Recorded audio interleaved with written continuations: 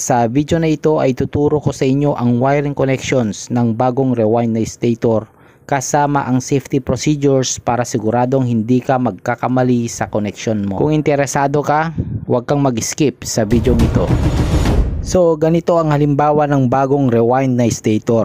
Mayroon itong 6 na wires na may iba't ibang kulay. Ito naman ang bagong rewind na stator ng orbit fan.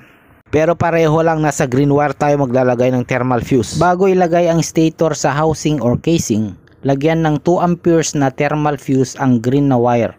Ikabit ito ng nakaseries sa green wire kagaya ng nasa video. Dapat ganito ang outcome after malagyan ng thermal fuse. Dapat nakadikit ito sa windings para mag-melt in case may overheat or short circuit.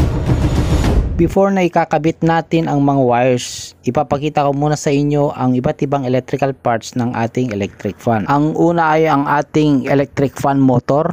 Diyan nakalagay ang ating stator. Next yung capacitor, and then yung thermal fuse.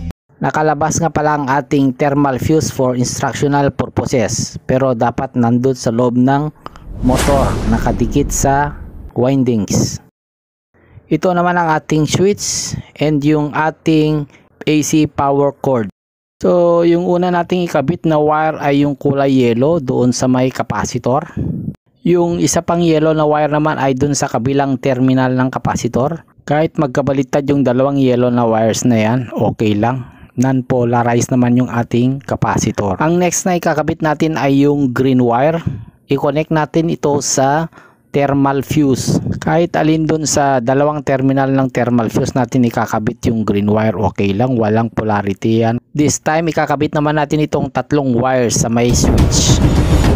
Pero bago yan, pwede po bang makahingi ng isang favor? To please consider to subscribe to our YouTube channel. Just click the subscribe button sa ibaba. Malaking bagay na po yan sa akin bilang content creator. Salamat! So itong kulay white na wire galing sa motor ay kabit natin sa switch number 1. Itong red wire ay sa switch number 3 natin ikakabit. Ang next ay yung black na wire, ikakabit natin sa switch number 2. This time ikakabit naman natin ngayon itong AC cord.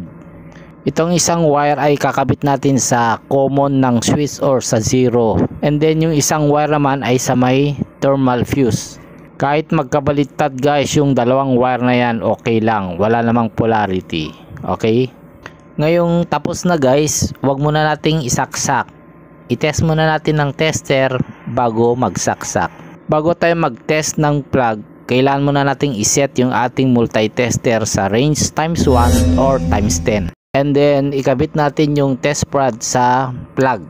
Kahit magkabaliktad yan, okay lang. Kapag nakakabit na lahat guys, i-press natin yung number 1. Kailangan may deflection at may resistance approximately 380 ohms.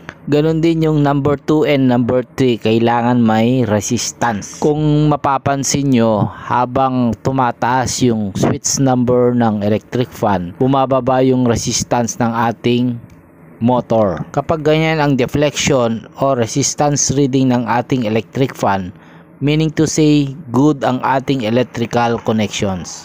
Para naman makakasiguro tayo na hindi tayo makuryente kapag mahawakan natin ang housing or casing ng ating electric motor, ganito dapat ang gawin natin. Ikabit ang isang test prod sa isang terminal ng plug, and then idikit naman yung isang test prod sa chassis or sa body ground ng electric motor. Pero make sure na nakapress dapat yung 1, 2 or 3 na switch. Dapat walang deflection at wala kang mame-measure na resistance sa tester. So ganyan dapat. This time, susubukan na natin kung tama yung ating mga ginawang connections.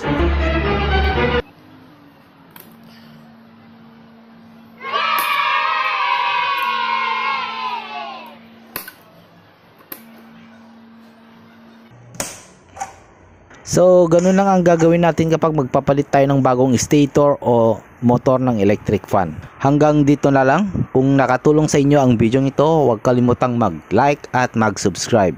Salamat!